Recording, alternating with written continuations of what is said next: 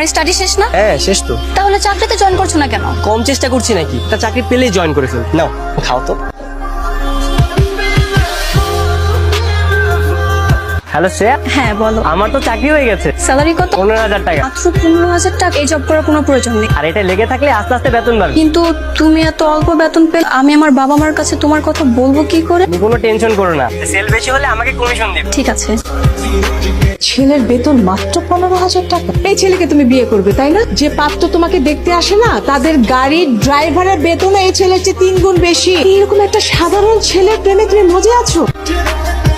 দেখো হিমেল, তোমার এই পাগলাম আর অতিরিক্ত ভালোবাসার কারণে আমি একটা ভুল সিদ্ধান্ত নিয়ে ফেলেছি। আমাদের রিলেশনে জড়ানো উচিত হয়। হয়তো আমাদের বিয়ে সম্ভব, কিন্তু সংসার করা সম্ভব না। তুমি আমার চাহিদা কখনোই পূরণ করতে পারবে না। তুমি এখন চালাচ্ছ একটা ভটভটি বাইক, আর যেখানে আমার বাবা BMW ওয়ালা ছেলে নিয়ে বসে আছে, যার সাথে আমার